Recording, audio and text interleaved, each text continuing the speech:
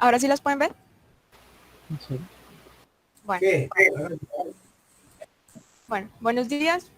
Mi compañero Camilo Castañeda y quien les habla, Angie Castro. Vamos a exponer el artículo sobre tendencias en el exceso de mortalidad asociado con la fibrilación auricular durante 45 años. Es un estudio de cohorte basado en la comunidad que se realizó gracias al estudio de Framingham del corazón. Esto pues es en Estados Unidos. Bueno, entonces este artículo se publicó en el BMJ. El BMJ es una revista médica británica y se publicó el día 11 de agosto del 2020. Entre los, entre los investigadores que colaboraron para realizar este artículo están el doctor Niklas Winter, que es un estudiante de doctorado del Hospital Regional de Silkeborg, Dinamarca, y entre sus áreas de investigación está la epidemiología clínica y las enfermedades cardiovasculares con un especial interés en la fibrilación auricular y en la insuficiencia cardíaca. Bueno, también tenemos al doctor Lars Frost, que es cardiólogo y es profesor asociado en el Hospital Universitario Aarhus de Dinamarca, con un interés en epidemiología analítica y descriptiva en relación con las enfermedades cardiovasculares. La médico Emilia Benjamin es cardióloga del Centro Médico de Boston y también es profesora en la Universidad de Boston. Es autora de más de 600 publicaciones y además es una de las investigadoras más citadas en cardiología. El médico Ludovic Pinquart es profesor asociado en bioestadística de la Escuela de Salud Pública de la Universidad de Boston. Tiene un doctorado en salud pública en la Universidad de París 5 René Descartes. Bueno, como una introducción, sabemos que la fibrilación auricular es la arritmia más común y el riesgo de por vida es de aproximadamente 1 de cada 3 hombres y mujeres de 55 años o más. La prevalencia de la fibrilación auricular en las proyecciones podría llegar a ser de 15.9 millones de personas en los Estados Unidos en el 2050 y de 7.9 millones de personas en Europa en 2060. Entonces podemos ver que la prevalencia y la incidencia de esta enfermedad aumenta cada vez más con el tiempo a nivel mundial. El objetivo de este artículo era evaluar las tendencias temporales en la asociación entre la fibrilación auricular recién diagnosticada y la muerte por todas las causas. Este estudio se realizó gracias a la cohorte de Framingham del corazón y se dividió en 3 periodos, de 1972 a 1985, de 1986 al 2000 y del 2001 al 2015.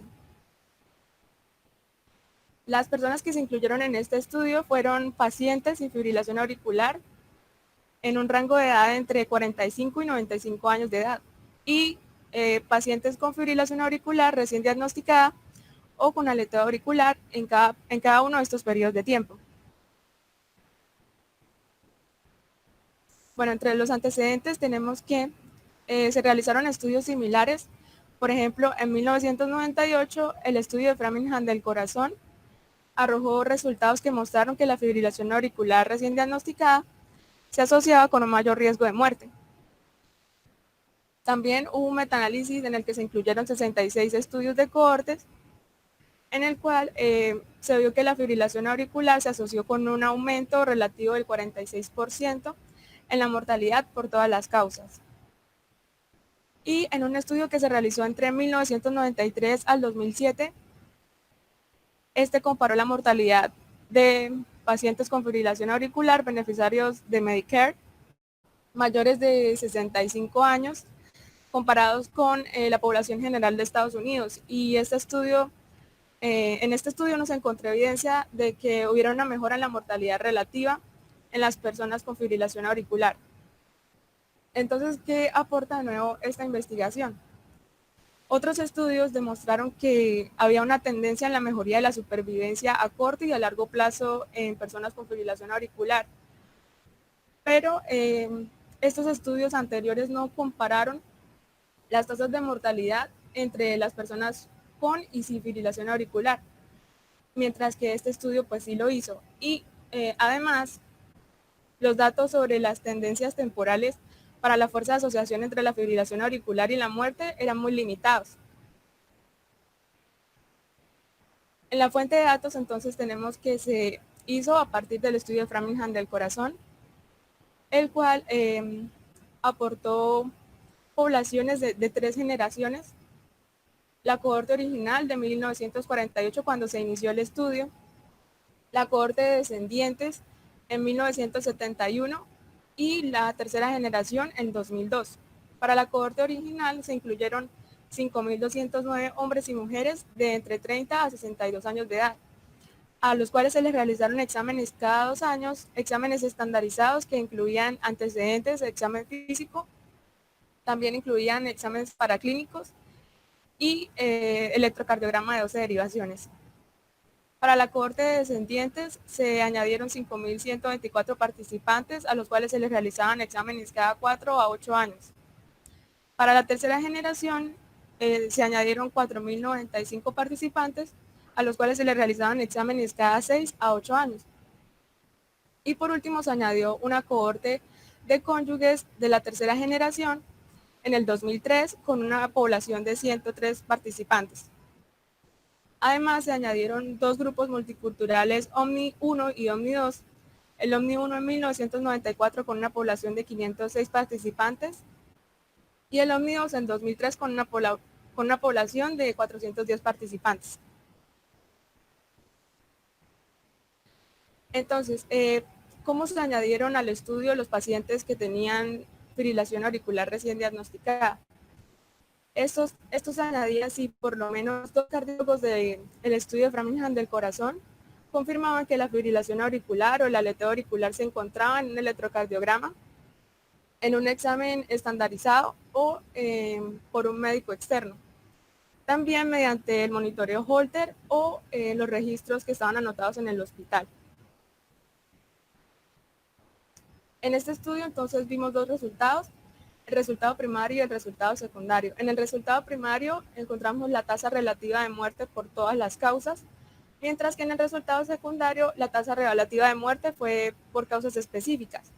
Entonces era la muerte cardiovascular por enfermedad coronaria o por accidente cerebrovascular, por ejemplo, y la muerte no cardiovascular, como por ejemplo el cáncer. Un panel de 3 médicos del estudio de Framingham del corazón se encargó de las revisiones de defunción basadas en registros de ingreso hospitalario y del departamento de emergencias, en informes de laboratorio y de imágenes, en notas de los médicos, en certificados de defunción, en informes de autopsias y de médicos forenses y en llamadas telefónicas a miembros de la familia.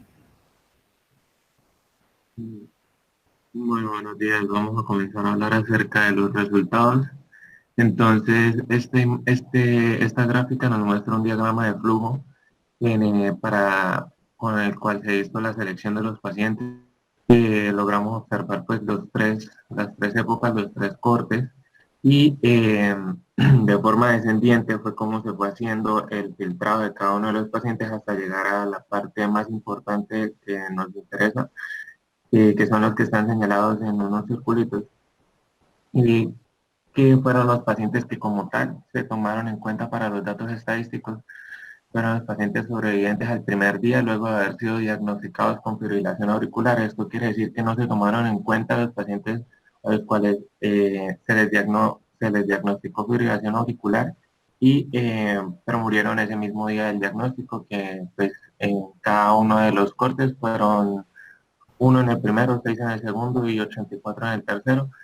Y pues relativamente así fueron varios otros filtros, pero este grupo de pacientes es el que terminó siendo como el que tomaron en cuenta para los datos estadísticos, para hacer las operaciones estadísticas.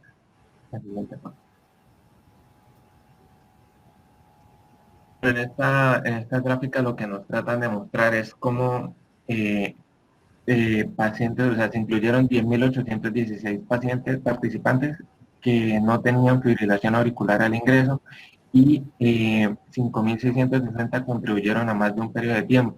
Entonces, eso nos muestra en la gráfica cómo participantes del periodo 1 contribuyeron al periodo 2, del periodo 1 contribuyeron al periodo 3, o contribuyeron en los 3 periodos, o en el periodo 2 contribuyeron al 3. Entonces, de los 5.671 que fueron tomados en cuenta en el primer periodo, el 67% eh, contribuyó al segundo periodo. De los 6.177 que fueron tomados en cuenta en el segundo periodo, el 55% contribuyeron al periodo 3. Entonces, esta gráfica nos trata de ilustrar esto. La siguiente. Bueno, en esta nos muestran las características de entrada de los participantes. Entonces yo la dividí como en dos. Está la primera parte, que es la de la izquierda, que son las características de todos los participantes, y la parte de la derecha que muestra las características de los participantes con fibrilación auricular.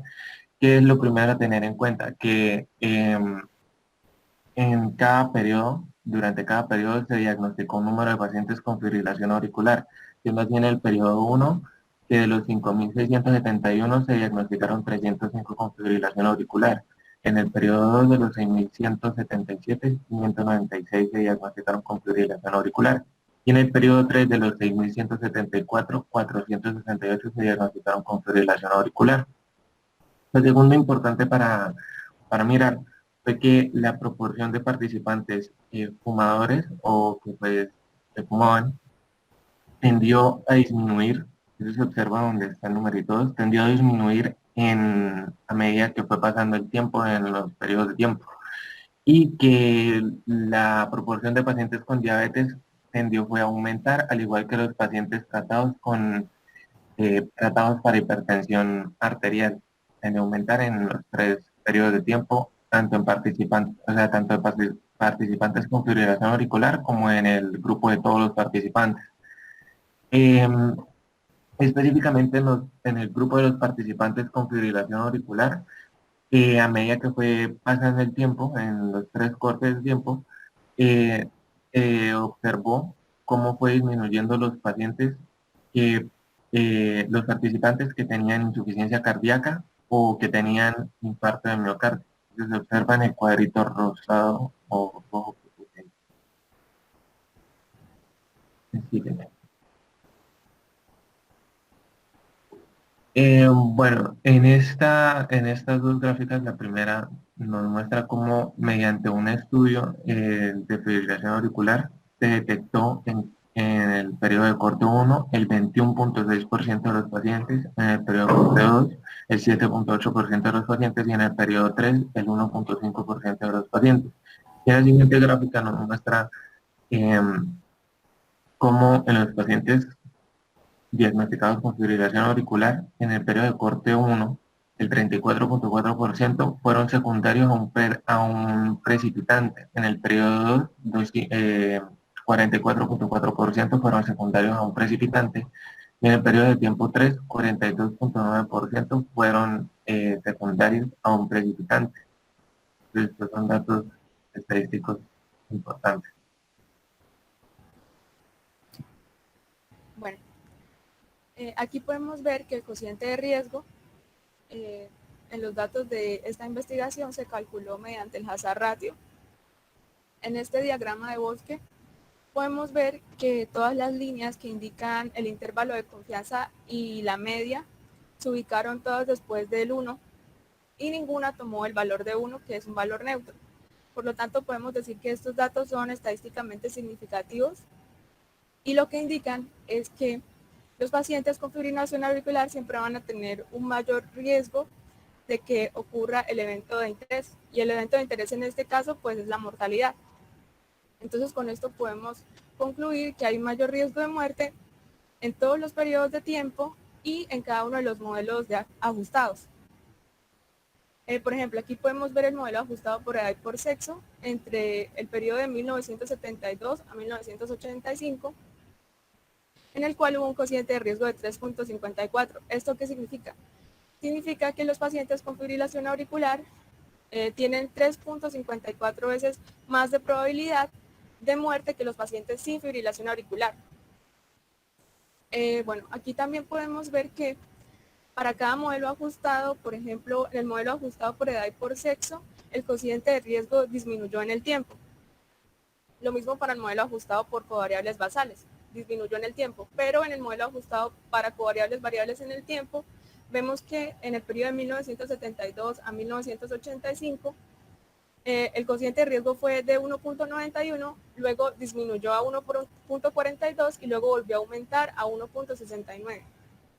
Con esto podemos concluir que no se encuentra una evidencia de tendencia temporal en los cocientes de riesgo entre la fibrilación auricular recién diagnosticada y la muerte por todas las causas. Bueno, en estos gráficos, que son curvas de supervivencia de Kaplan y Meyer, podemos ver que están divididas por tiempo, por periodo, perdón, y que para un tiempo dado podemos ver que la curva que representa los pacientes con fibrilación auricular, estos pacientes siempre van a tener una supervivencia menor si la comparamos con la curva de los pacientes sin fibrilación auricular. Vemos que la diferencia ajustada en el tiempo de supervivencia medio restringió a 10 años entre los pacientes con fibrilación auricular y los pacientes sin fibrilación auricular. En el periodo de tiempo 1, los pacientes con fibrilación auricular tuvieron 2.85 años menos de vida que los pacientes sin fibrilación auricular. Lo mismo para el periodo 2, fueron 2.10 años menos, y para el periodo 3 fueron aproximadamente 2 años menos. Esto tiene una P de 0.03, lo que significa que es estadísticamente significativo. Con esto podemos concluir entonces que el número medio de años de vida perdidos por fibrilación auricular a los 10 años ha mejorado significativamente, a los 10 años de haberse diagnosticado la fibrilación auricular. Pero entonces aún queda una brecha de 2 años en comparación con los individuos sin fibrilación auricular. En esta tabla podemos ver la asociación entre la fibrilación auricular recién diagnosticada y la mortalidad, pero por causas. Entonces está la muerte cardiovascular y la muerte no cardiovascular. Aquí entonces podemos ver que para cada modelo vemos que los hazard ratio descienden en el tiempo, o sea, son decrecientes. Por lo tanto, aquí podemos ver que en la muerte no cardiovascular se encontró una tendencia decreciente en la asociación entre la fibrilación auricular y la muerte no cardiovascular, mientras que en la muerte cardiovascular vemos que no hay una tendencia decreciente en relación con la muerte cardiovascular. Bueno, en cuanto al análisis de subgrupos y análisis de sensibilidad, nos tratan de especificar 3 puntos. En los análisis estratificados por sexo se encontró un mayor riesgo de muerte asociado con fibrilación auricular recién diagnosticada tanto en mujeres como en hombres, por lo mismo que venía comentando mi compañera. Todos los hazard ratios fueron mayores a 1, todos fueron estadísticamente significativos y por eso se llegó a esta conclusión.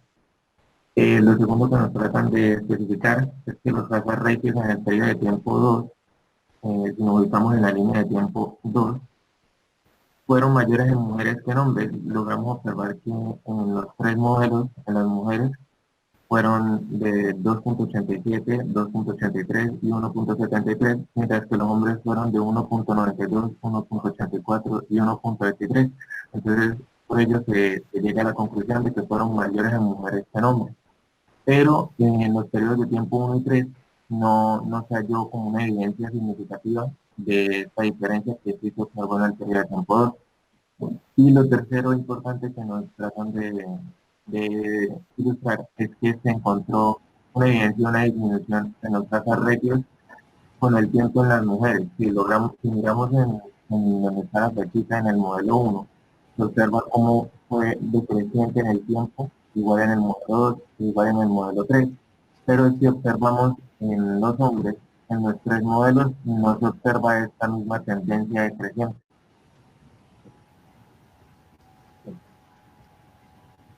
En cuanto a la discusión, pues ellos o sea, hay como unas posibles explicaciones de estos hallazgos y lo que se quiere tratar de responder es cuál es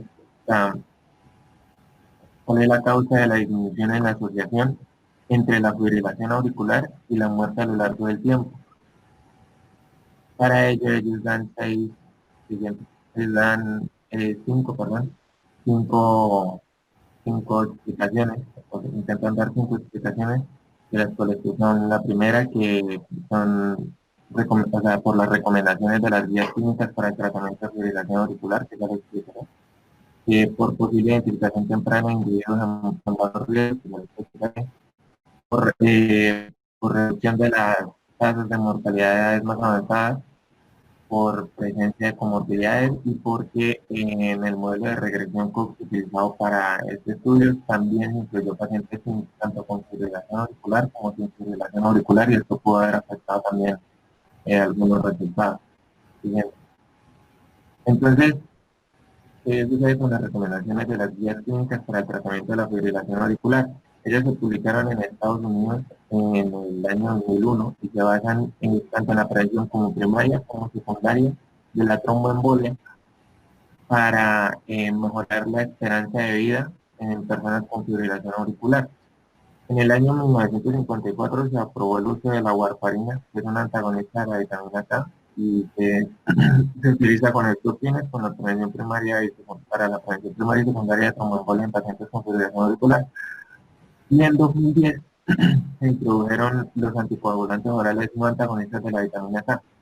Desde los antagonistas de la vitamina K, comparados con el placebo, redujeron en un 26% la mortalidad por todas las causas, y que los no antagonistas de la vitamina K, comparados con la warfarina, redujeron en un 10% la mortalidad por todas las causas. Entonces, eh, los no antagonistas de la vitamina K son más efectivos para esta prevención primaria y secundaria, y como son relativamente recientes, pudieron también o sea, podrían haber afectado algunos de los resultados, haber mejorado algunos de los resultados del estudio. Por eso hay identificación temprana de individuos con bajo riesgo. ¿Por qué? Porque es que pues, a medida que nos hemos ido modernizando, se ha creado una mayor conciencia y ha empezado pues, a hacerse más uso de los electrocardiógrafos de rutina, de los dispositivos de monitoreo de electrocardiográficos, como es el Holter. Y pues esto ha permitido una detección temprana, por así decirlo, de pacientes con fibrilación auricular. Entonces, pues las personas con bajo riesgo pueden tener un pronóstico más favorable a lo largo del tiempo y se inicia de forma temprana los tratamientos pues para cambiar los factores de riesgo modificables. Bien. Pues también sabemos que, o bueno, se sabe que los pacientes con fibrilación auricular tienen una alta prevalencia de comorbilidades y que el nivel de multimorbilidad refleja pues el pronóstico de la enfermedad. Entre más morbilidades, pues es peor el pronóstico de la enfermedad. Pero ningún estudio ha examinado como la tendencia temporal en cuanto a la carga de comorbilidades, en cuanto a qué tantas comorbilidades pueda tener un paciente, y la mortalidad relacionada en pacientes con fibrilación auricular en comparación con los individuos sin fibrilación auricular. El estudio tuvo varias limitaciones. Una de ellas pues, comentaba que no tenía suficiente información sobre los tratamientos farmacológicos relacionados con la fibrilación auricular. Estudios anteriores a este mostraron un mayor uso de anticoagulación en pacientes con fibrilación a lo largo del tiempo en los Estados Unidos. Se combinaron los dos diagnósticos, el de fibrilación auricular y el de aleteo auricular, y que aparte de ello no se incluyó información sobre el patrón de la fibrilación auricular, si era paroxística, si era crónica. Entonces esto también pudo haber limitado algunos de los resultados. No se pudo informar sobre las tendencias temporales en algunos subtipos específicos, por eso mismo. No se pudo establecer definitivamente una relación causal entre la fibrilación auricular y la muerte, y que aunque el estudio incluyó familias, no se tuvo en cuenta o no se tomó en cuenta los factores ambientales compartidos en estas familias que pudieron haber afectado el desarrollo de la fibrilación auricular, y pues por ello también podrían haber afectado el peligro de muerte de estos pacientes. De algunas pruebas estadísticas para tendencias temporales se basaron en la metaregresión pues, de los 3 tiempos, y que pues esto podría haber limitado el poder estadístico del estudio, y que los resultados no podrían aplicarse a otros grupos raciales o étnicos porque el estudio pues tiene principalmente participantes europeos. Sí.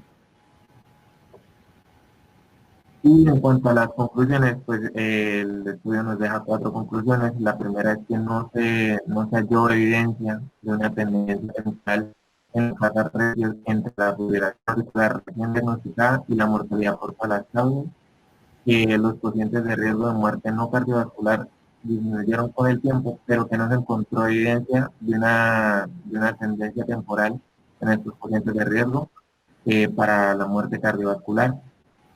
La mortalidad asociada con la fibrilación auricular recién diagnosticada se mantuvo alta en comparación con las personas sin fibrilación auricular, a pesar de mostrar algunas mejoras en los últimos 45 años.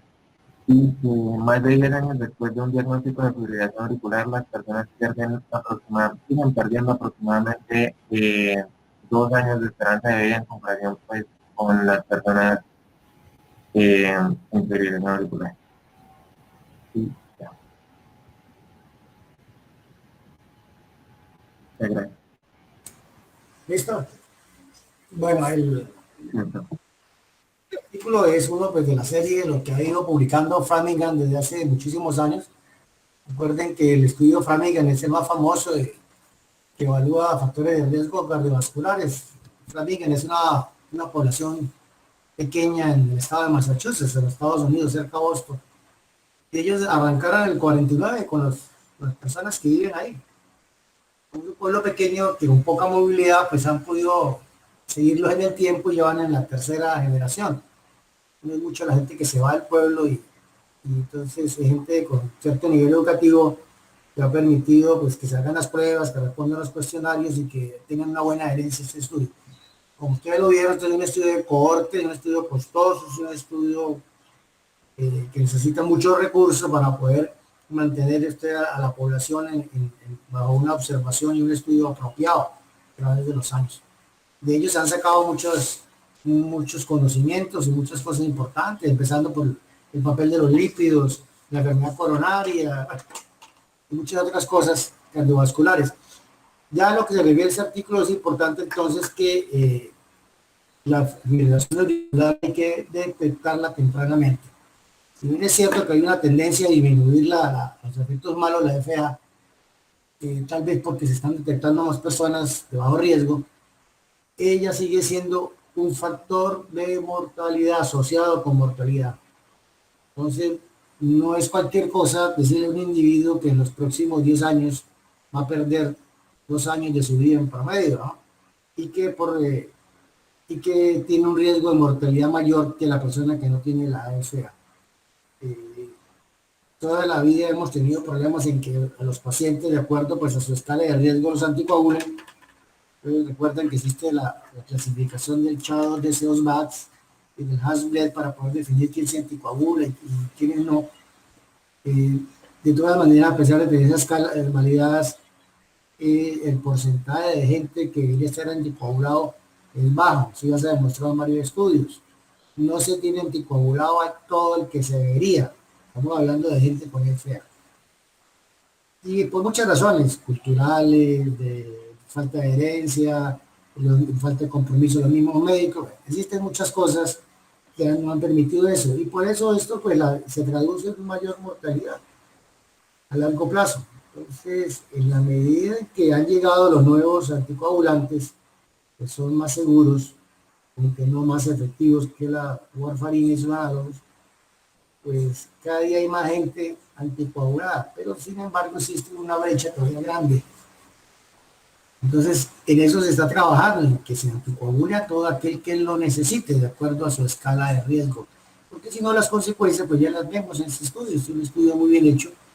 Ustedes ven cómo la probabilidad de supervivencia, ustedes analizaron las escalas gráficas de Kaplan-Meier, disminuye en forma significativa con todos los desenlaces, especialmente, pues obviamente con los desenlaces cardiovasculares. Entonces hay que hacer diagnóstico temprano de la FA y estratificar los individuos y ver a quiénes se anticoagulan, porque esto es un factor de riesgo muy, muy importante, lo que tiene que ver con mortalidad y con años de vida libre de enfermedad. Bueno, pasemos al siguiente grupo, por favor. ¿Ya pudieron conectarse? Buenos días, doctor. Sí, señor. Disculpe el contratiempo.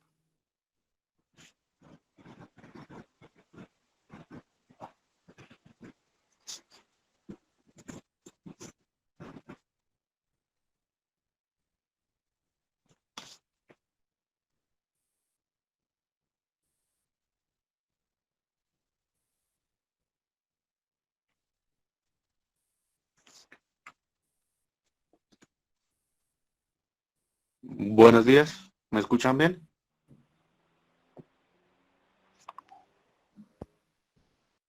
Sí, señor, se escucha bien. Nosotros vamos a hablarles del artículo de tratamientos farmacológicos para el COVID-19, una revisión sistemática viva y metaanálisis en red. Vamos a exponer Kevin y Juan José Cacua. Kevin, por favor.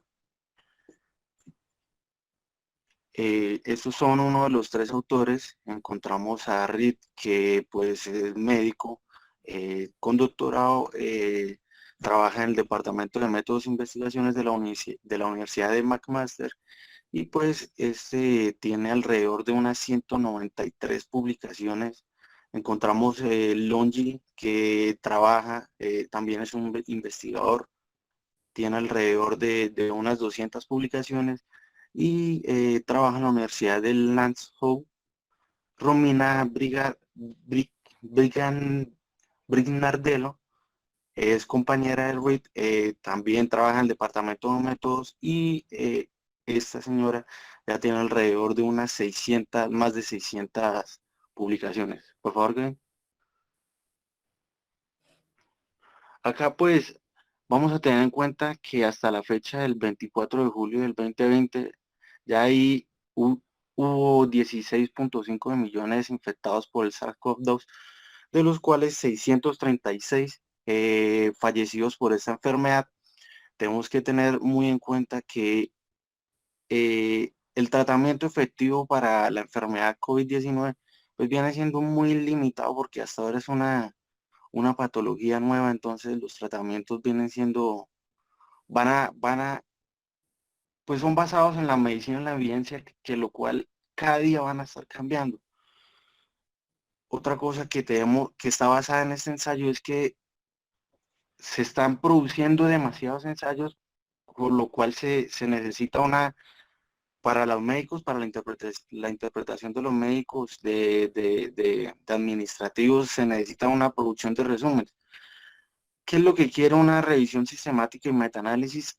Como tener un límite de confianza, ya sea apartar estudios que tienen una alta confianza, de apartar estudios que tienen una confianza más bajita. Pero entonces, esta revisión sistemática viva y metaanálisis en red quiere proporcionar una descripción general de la evidencia relevante solo en el momento específico, solo en ese momento, porque cada día este tratamiento va a estar cambiando. Y pues lo que quiere tratar este artículo es de comparar los efectos de tratamientos farmacológicos para el COVID-19 a partir de esta. ¿Qué porfa? Con respecto a la estructura y la organización, pues vamos a encontrar que acá se dividieron en tres grupos, en lo cual el grupo de supervisión, compuesto por expertos en el área clínica y metodología de revisión sistemática, ese tuvo la función de garantizar de que el proceso se haya realizado en los más altos estándares, y que las decisiones sean clínicamente sensatas, y más que todo eso, que tenga una correlación, una coherencia con las necesidades de las recomendaciones rápidas de la BMJ. El segundo grupo está basado en líderes de equipo central de revisión sistémica. Pues estos grupos están compuestos por metodólogos que lideran cada grupo. Encontramos el grupo de identificación del estudio, el de la extracción de los datos, el análisis de datos, y la evaluación de la certeza de la evidencia y la presentación. Encontramos también el grupo de revisores que pues este equipo está compuesto por médicos, por estudiantes graduados, por metodólogos y bioestadísticos pues que realizaron como un asesoramiento para la detección, la extracción de datos y la evaluación de la certeza en la evidencia. Por favor. En los criterios de elegibilidad, pues acá se incluyeron ensayos en personas, o sea, ensayos que se realizaron a personas que tanto tenían una sospecha de COVID o que eran confirmados como COVID, eh, y que en particular que estos ensayos eh, de que estas personas en estos ensayos fueran tratados con productos farmacológicos o sanguíneos destinados a la profilaxis o el tratamiento. También se incluyeron ensayos en que los investigadores pues comparaban intervenciones con otras o incluso un tratamiento con ninguna intervención o con un placebo o con un tratamiento estándar. También se incluyó ensayos que informaban los resultados independientemente del estado de la publicación y del idioma. Eh, se, se, se, o sea, no hubo restricciones sobre la gravedad del paciente. Kevin, por favor. En la exclusión, pues, se excluyeron estudios que, que eran cuasi aleatorios o aleatorios en los que evaluaban el soporte de órganos externos, el intercambio de plasma, el suministro de oxígeno o estrategias de ventilación o de vacunación, de nutrición y de medicinas tradicionales chinas a base de hierbas. Por favor. Con respecto a la fuente de datos y búsqueda, pues acá se realizó una búsqueda en la base de datos descargable de los artículos de investigación del COVID-19 en la CDC de Estados Unidos. Esta es una de las mejores que se encuentra. Y pues esto se realizó con el fin de tener unos estudios actualizados. O sea, es que ellos tuvieron un método de que estaban pendientes como decir, pendiente de lunes a viernes casi todos los días, porque esa base de datos está actualizándose a cada rato. Entonces, eso era lo que ellos querían, estar pendientes y obtener los estudios que con respecto a los criterios de inclusión. Aquí en esta base de datos se encontraron unas 25 fuentes, ahí les coloqué unas de las principales. También se revisó una base de datos china. Estas son las que le coloqué. Y pues, como les decía, era independiente del idioma. También se revisó y se hizo monitoreo en los servicios de recuperación de la evidencia, como en el LOGE o en el mapa sistemático y viviente sobre la evidencia del COVID-19 del Instituto Noruego de Salud Pública. Kevin, por favor. En la selección de estudios, pues aquí se utilizó un software de revisión sistémica, se hizo una revisión de forma independiente de todos los títulos y resúmenes seguidos de los textos de ensayos identificados como potencialmente elegibles, y para si estos personajes no estaban de acuerdo, se hacía una resolución del conflicto con un tercer revisor. ¿Qué, por favor? En la recopilación de los datos, pues eso estaba basado o hecho por dos revisores que estaban capacitados, que extrajeran para cada ensayo de forma independiente y con duplicados, utilizando un formulario de extracción de datos que es estándar. Y pues también acá, si ellos no estaban de acuerdo, necesitaban de un tercer revisor.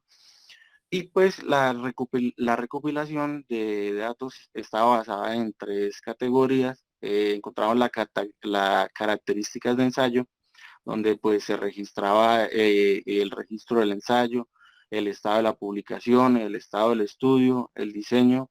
La otra es la característica del paciente, el país, la edad, el sexo, el hábito de tabaquismo, comorbilidades, el entorno y el tipo de atención que éste tenía, y también la gravedad de los síntomas del COVID-19 en los estudios. En los resultados de interés, pues vamos a, no, en los resultados de interés, pues, no, en los resultados de interés, pues, a través de medias o medianas y medidas de variabilidad para los resultados continuos, y pues se tuvo en cuenta también el número de participantes analizados y el número de participantes que pues en el ensayo tuvieron un evento de resultados dicotómicos. Ahora sí, por favor.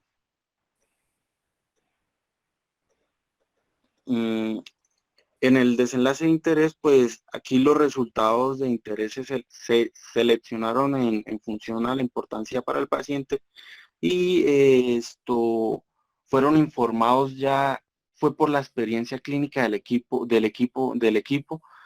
y pues este panel se dividió incluía pues expertos clínicos, incluía también los pacientes socios,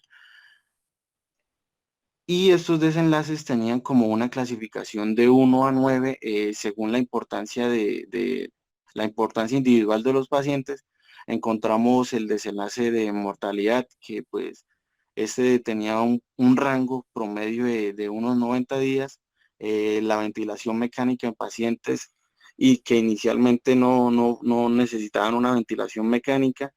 Encontramos también la duración de la hospitalización, la admisión al hospital, los efectos adversos que conducen a la interrupción de la intervención, el tiempo hasta la resolución de los síntomas, el tiempo hasta que la cantidad de las partículas virales del SARS-CoV-2 pues tuvieran un umbral por debajo de lo establecido por los autores. Y el otro desenlace era que hasta que COVID fuera indetectable por pruebas de PCR. Por favor, que con respecto al riesgo de sesgo, pues acá se usaron herramientas como la Cochrane para evaluar el riesgo de sesgo en los ensayos aleatorios, y estos pues tuvieron una clasificación de bajo riesgo, probablemente bajo riesgo de sesgo, el probablemente alto riesgo de sesgo y el alto riesgo de sesgo. Pero entonces se tuvieron en cuenta los siguientes dominios: el sesgo del proceso de asignación al azar, el de intervención previa, el de datos de desenlace fatales, el de la medición del desenlace, el sesgo de selección de los resultados informados y el sesgo de la terminación anticipada por los beneficios. Entonces acá detuvieron de una manera general, pues el alto riesgo pues está clasificado en que si uno o más dominios se clasifican ya sea en probablemente alto riesgo de sesgo o el alto riesgo de sesgo, y pues también en un bajo riesgo de sesgo si todos los dominios se clasificaban en bajo riesgo de sesgo o probablemente bajo riesgo de sesgo. Kevin, por favor. Para la síntesis de datos, pues aquí se realizó un metaanálisis en red de tratamientos farmacológicos para el COVID-19, pero entonces acá sí se realizó independientemente de la gravedad. Encontramos en primera instancia la medida de resumen, que pues acá lo que hicieron fue resumir el efecto de las intervenciones sobre los desenlaces dicotómicos, ya sea por los odds ratios y su correspondiente intervalo de credibilidad. Una cosa es que para los desenlaces contiguos se usó la diferencia de medidas y el intervalo creíble del 95%, que correspondían a los días en que duró el paciente en la UCI y a los días de que estuvo con ventilación mecánica. En los nodos de tratamiento, pues el tratamiento se agrupó se agrupó pues en nodos comunes basados en la molécula y pues no en la dosis ni en la duración. Para los brazos de intervención con más de un fármaco se creó un nodo por separado. Cada fármaco, pues acá se unieron o se metieron al mismo nodo los fármacos de la misma clase. Acá tenemos la hidroxicloroquina y la cloroquina que pues se unieron o sea, se unieron en el nodo de los efectos específicos, pero estos se separaron en los nodos de los efectos adversos.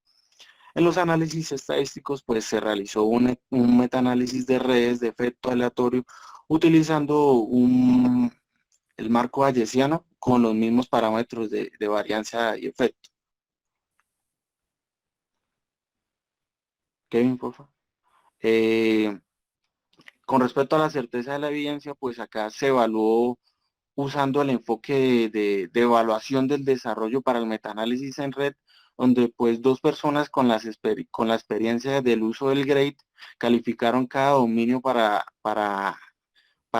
hacer una comparación por separado en que lo clasificaron como alta, moderada, baja o muy baja.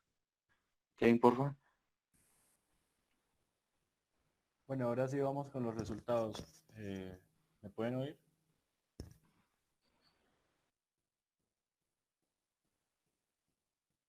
Sí. Bueno, ahora vamos con los resultados. Disculpen. En los resultados, entonces, de 7.285 títulos y textos basados en los estudios, se seleccionaron e incluyeron en este estudio, en este artículo, 32 ensayos aleatorizados, de los cuales 30 eran en inglés, 2 en chinos, 18 ya eran publicaciones y 14 eran preimpresiones. Para, para la revisión sistemática se usaron 23 ensayos controlados aleatorizados y otros 9 se van a incluir en la actualización que se tiene pendiente para este artículo. Y en el análisis, en el metaanálisis, se usaron de los 23, 20 y uno no se pudo incluir porque no hacía conexión a las redes de metaanálisis y 2 de ellos no se incluyeron porque estaban destinados los nodos o los brazos de tratamiento en un mismo fármaco, pero tenían diferentes dosis o duraciones y estaban comparando eso. De los 20 que se hicieron en metaanálisis, 2 no tenían protocolo, registro de accesos públicos, 16 no tenían desenlaces no especificados registro cuando se publicaron y 1 no informaron desenlaces de grupos como aleatorio. 5 de ellos estaban publicados como preimpresión y 2 tuvieron cambio a la hora de publicarse. Uno de estos reportó mortalidad como un desenlace en la publicación y no lo había hecho en la preimpresión y otro añadió desenlaces adicionales en la publicación que antes no había hecho en la preimpresión. Los otros 3 no alteraron de manera significativa el contenido que tenía en la preimpresión en su publicación. Se demostró que todos los análisis alcanzaron una convergencia según los gráficos de trazas y de Brooks-Hellman-Rubin inferior a 1,05.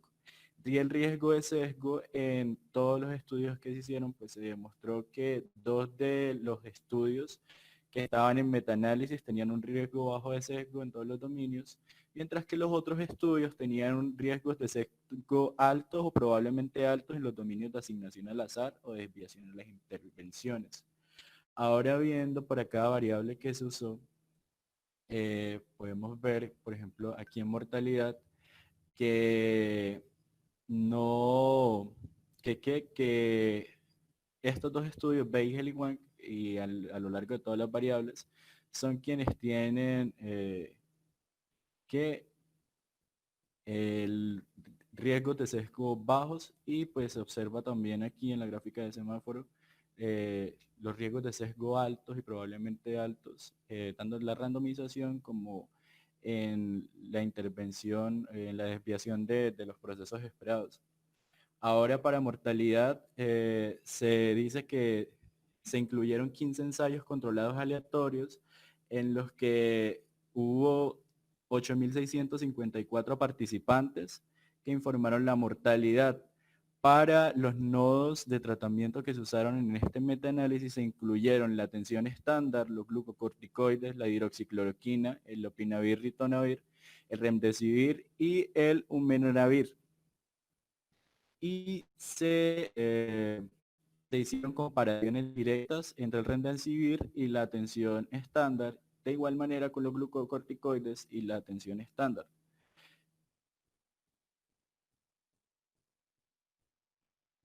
Se demostró entonces que el remdesivir no tiene que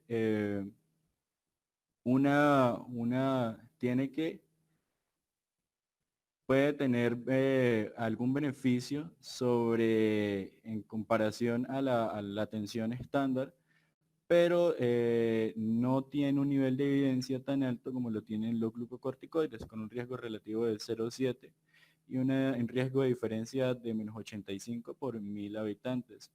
Mientras que se demostró que los glucocorticoides pueden ser los más apropiados para reducir la mortalidad en comparación a la atención estándar, con un riesgo relativo de 0,8 y una diferencia de riesgo de -37 por 1000 habitantes, con un nivel de evidencia moderado bajo la escala de Grade. Ahora para la ventilación mecánica, vemos, de igual manera les muestro los dos estudios que pues han tenido mejores resultados. Se ven los mismos niveles de sesgo y vemos aquí el metaanálisis con las líneas de tratamiento que se usaron y los números de tratamientos. En la actualización de la página vemos entonces que para la ventilación mecánica se usaron 8 ensayos controlados aleatorizados en los que participaron 6.953 personas que informaron ventilación mecánica y que no estaban recibiéndola al inicio del estudio. Los nodos de tratamiento incluidos en el metaanálisis de red fueron los glucocorticoides, el remdesivir y la tensión estándar. Como podemos ver, se hicieron las comparaciones directas y se demostró que los glucocorticoides podían ser los más apropiados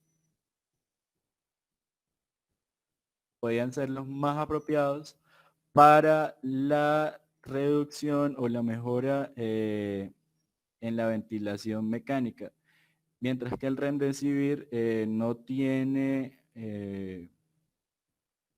un nivel de evidencia alto, sino más bien bajo, y se dice que no tiene alguna comparación significativa en comparación a la atención estándar, con un riesgo relativo de 0,8, una diferencia de riesgo de -24 por 1000 personas. Mientras que cuando se hizo pues la comparación directa, se demostró el nivel de evidencia de los glucocorticoides con un nivel de evidencia moderado.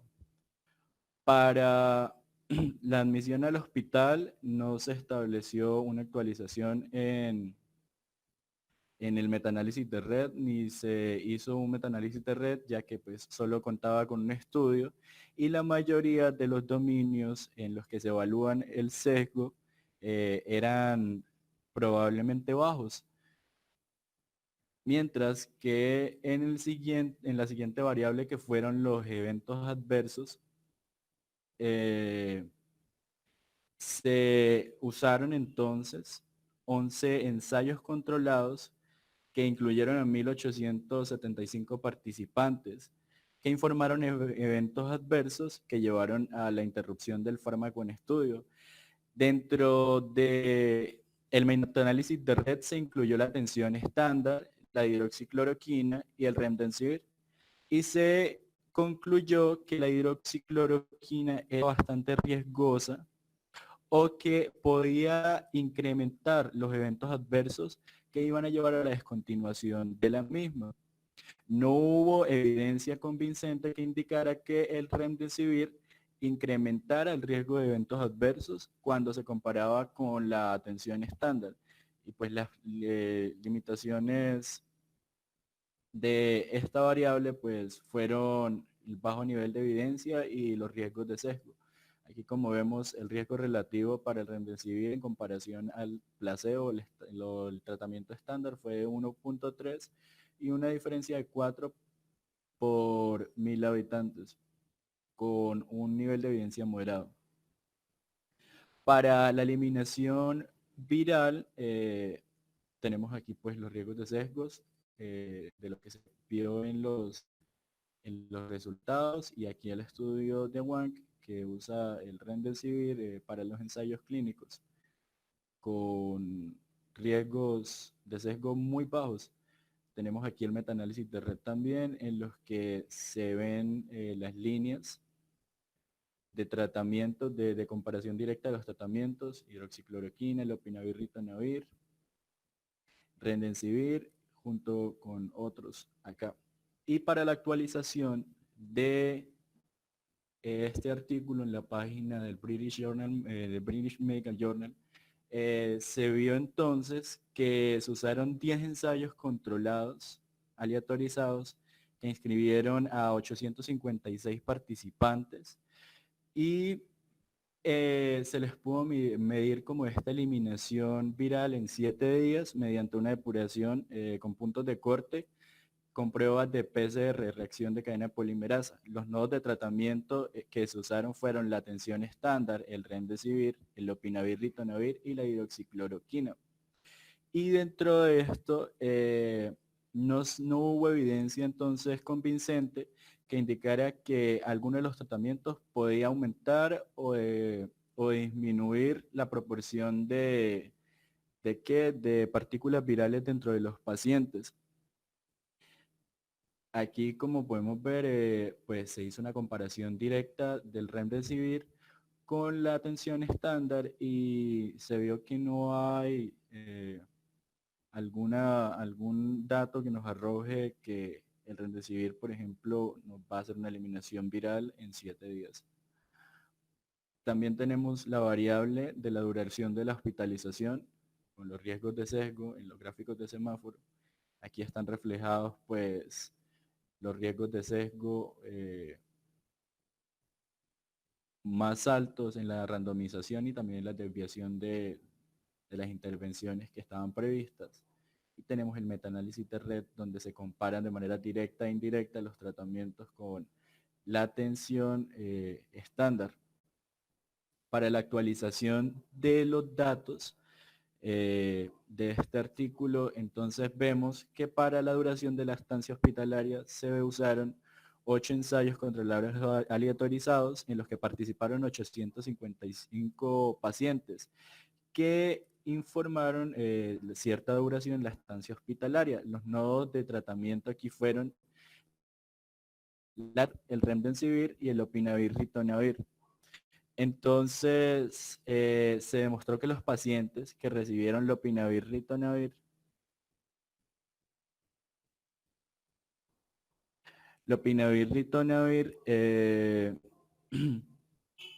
tuvieron menos días de estancia hospitalaria que los pacientes que recibieron la atención estándar, pero la estimación del efecto no incluyó ninguna diferencia. Vemos entonces que hay una diferencia de riesgo de 1,42 días en el intervalo, con un intervalo de confianza de 95% y un nivel de confianza de evidencia bajo. Y para remdesivir tampoco hubo mayor diferencia en comparación a la atención estándar, con una diferencia de riesgo de 0,3 días y un nivel de evidencia bajo. Vemos aquí la duración de estancia en UCI, y para eso se incluyeron apenas 2 estudios. No se hizo actualización en la página del British Medical Journal, precisamente porque los 2 estudios que estaban evaluando tenían al menos 100 pacientes y no se hizo como un análisis del desenlace, solamente se dio el metaanálisis en donde se comparan la tensión estándar, el lopinavir, ritonavir y el interferón beta 1 alfa. Para la elaboración de la ventilación, entonces se usaron 3 ensayos controlados aleatorizados con 557 participantes y se incluyeron los nodos de tratamiento de atención estándar y remdesivir. La evidencia de la certeza moderada demostró que el remdesivir reduce la duración de la ventilación mecánica en comparación con la atención estándar, con una diferencia de medias de menos 5.3 días en un intervalo de confianza de 95%, de menos 8,28 a menos 2,02 días de diferencia. Y por último, tenemos la variable en los resultados del tiempo de resolución de los síntomas, en los que se evaluaron 3 ensayos con 2.282 participantes, en los que se incluyeron en el metaanálisis de red hidroxicloroquina, lopinavir, ritonavir, remdesivir y la tensión estándar. Para eso se demostró que los pacientes que recibieron remdesivir tuvieron una diferencia media de menos 2,58 días en un intervalo de confianza de 95%, de hidroxicloroquina de menos 4,53 días de diferencia en comparación a la resolución de los síntomas, y lopinavir, ritonavir tuvo una diferencia de riesgo de menos 1,22 días en comparación a la resolución normal de los síntomas, por lo que se demuestra en esta variable que la hidroxicloroquina podría ser la más efectiva para la reducción del tiempo de los síntomas. Y el tiempo para la eliminación viral, pues aquí también se evalúa, pero no se hizo una actualización tampoco en la página, por lo que pues les muestro aquí los riesgos de sesgo y el metaanálisis en red con las comparaciones directas, indirectas y mixtas de cada una de las líneas de tratamiento. Aquí en los efectos de intervenciones, entonces vemos que los glucocorticoides fueron los más benéficos, tanto para la reducción de la mortalidad como en el uso de la ventilación mecánica, con una diferencia de riesgo de menos 37 por 1000 habitantes y de menos 31 por 1000 habitantes. La hidroxicloroquina pudo entonces resolver o mostrar un beneficio grande sobre el tiempo de la resolución de los síntomas, pero demostró ser bastante riesgosa en la aparición de eventos adversos y por eso se usó su descontinuación. Vemos también aquí que el remdesivir actuaba sobre la reducción del tiempo de los síntomas, pero no era tan efectivo como la hidroxicloroquina, y los demás estudios tenían datos o diferencias de riesgo, pero no eran muy diferentes a la atención estándar. Otros tenían estudios en los que se usaba menos de 100 pacientes o no había datos sobre eso. En la discusión, entonces, de todo el estudio que se hizo, se pusieron puntos de discusión en los que decían que la única intervención posible que reducía la mortalidad y la ventilación mecánica son los glucocorticoides, que el remdesivir tenía certeza moderada para el tiempo de resolución de los síntomas como para la duración de la ventilación mecánica, y que la hidroxicloroquina podría aumentar el riesgo de eventos adversos que llevaran a su interrupción, a pesar de que tuviera muy buenos resultados para la reducción de este tiempo, la resolución de los síntomas.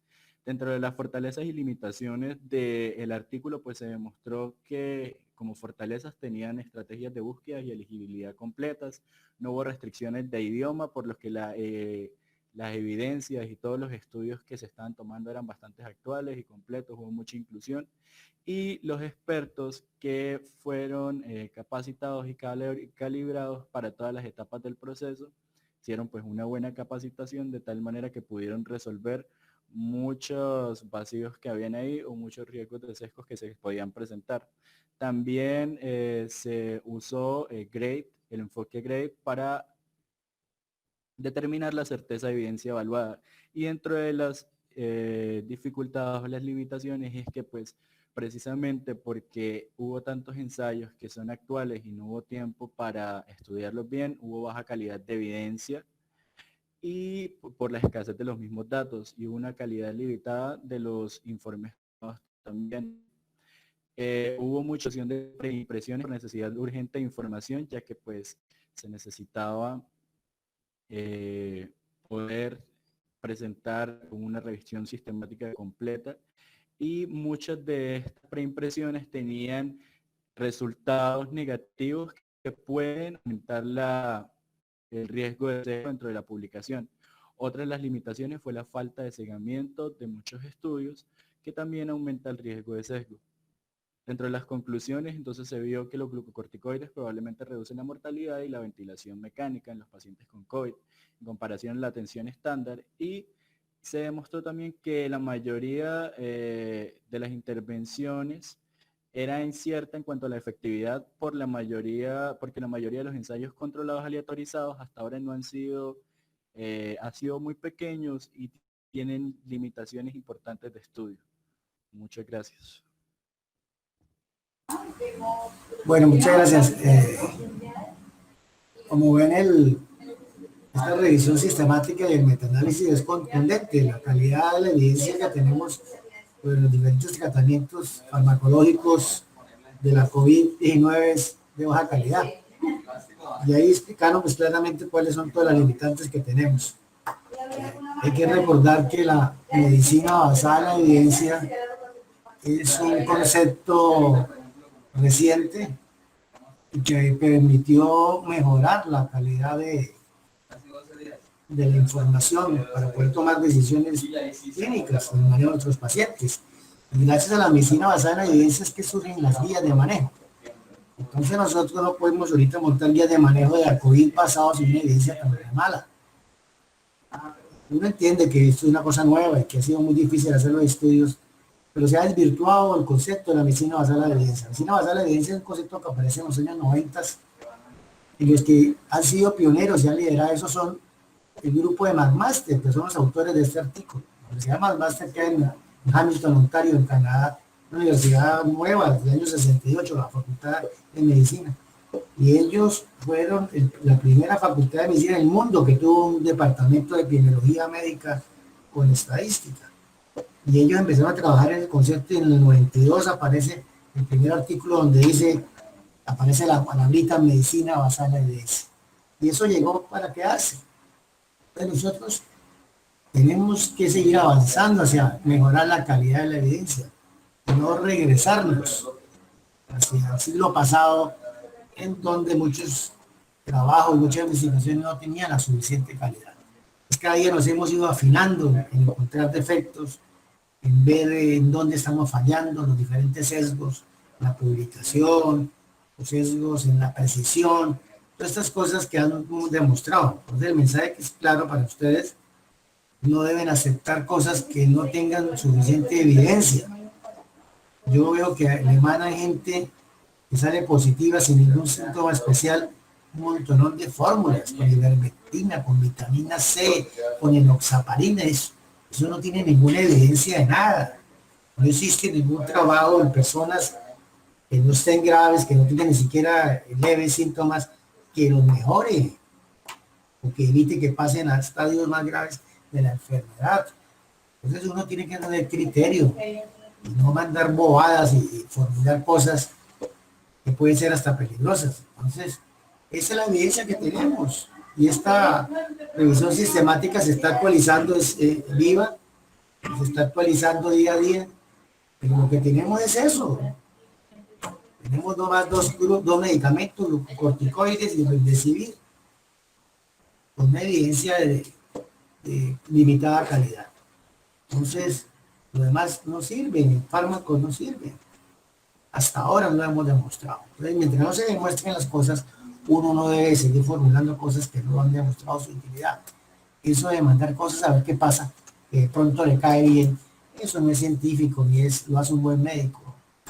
Eso no tiene, la ciencia moderna no admite esas actitudes de ver qué sale. De pronto le cae bien. Eso no funciona así la medicina moderna. Entonces, estén con la oreja bien levantadita, la mirada bien fija y analicen los estudios, lo que publican. No coman cuento, revisen la metodología de los estudios. Ustedes ya tienen una herramienta de juicio para mirar. No solo mirar el diseño del estudio y hacer cuenta si es de calidad o no. Entonces ahí le queda este mensaje. Por favor, los del grupo mío de neurología se quedan, los demás compañeros ya se pueden ir, por favor. Muchas gracias.